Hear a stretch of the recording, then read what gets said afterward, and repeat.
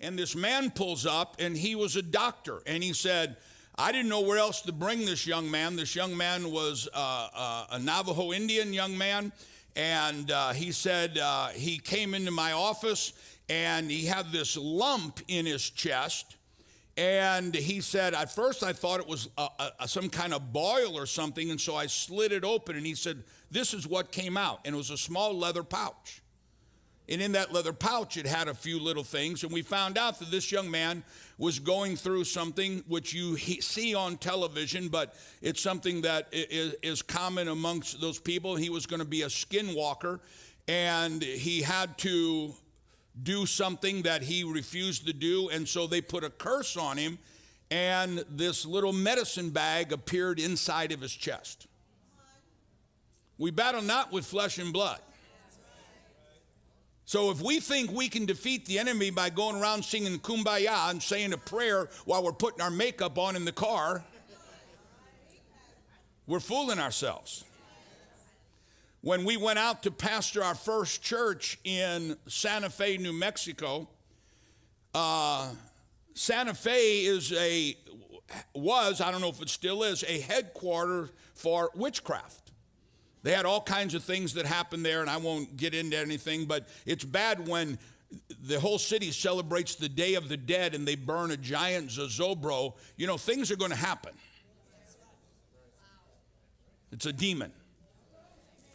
And we were opening the church, and we had a band coming in from Prescott or from Flagstaff, and they were playing music, and we were all sitting on the floor as reaching out to young people and stuff, and all of a sudden you could feel something strange, and I turned around, and there was these two old ladies. Now this is all young people. There's two old ladies with white hair standing in the back, just didn't fit, and This is our first church.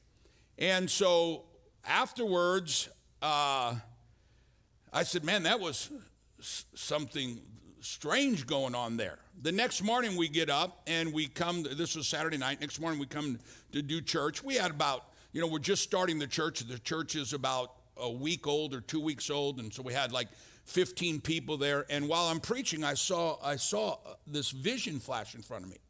And I saw 10 or 15 people in this vision sitting in a circle praying against me. Now, I didn't know anything of what was going on. And I told the people, I said, I feel something. I'm a brand new pastor. I can barely find revelations. And they said, well, Pastor, did you see those two old ladies that were here last night? Now, these are all, our church was 98% Hispanic, and so they were things that I didn't understand. And they said these two old ladies were brujas. Anybody Hispanic here?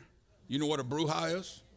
A witch that takes witchcraft and involves it with Christianity.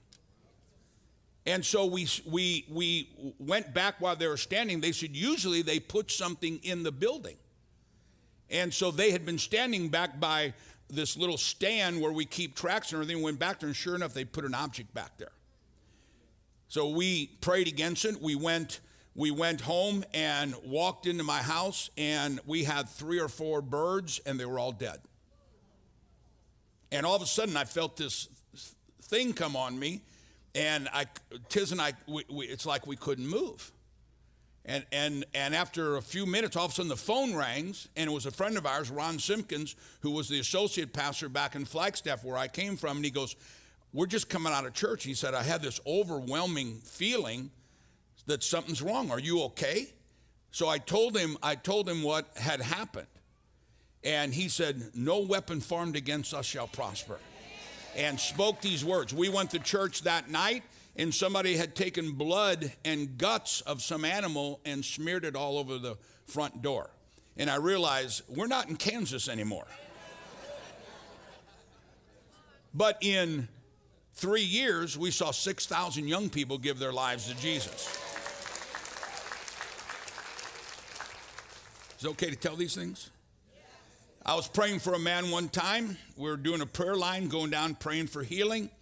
And I went down, and the guy had said something wrong. The doctors can't figure it out, something wrong with my hip. I have this pain in my hip. So I was going down praying, and I came back and I said, that's a demon in your, that's a spirit. That's a spirit of infirmity. We prayed for him.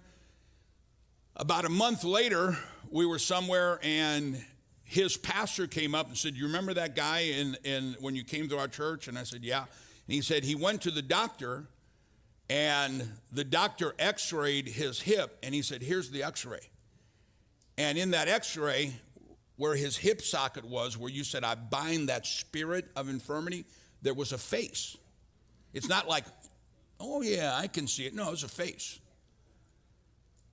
And when he asked the doctor, what in the world? And he said, it's not that uncommon that we don't see those kind of things. So when we talk about when God talks about a spirit of infirmity, what we got to realize is that by his stripes we're already healed, but we bind that spirit of infirmity, for greater is he that's in you than he that's in the world. Can I have an amen?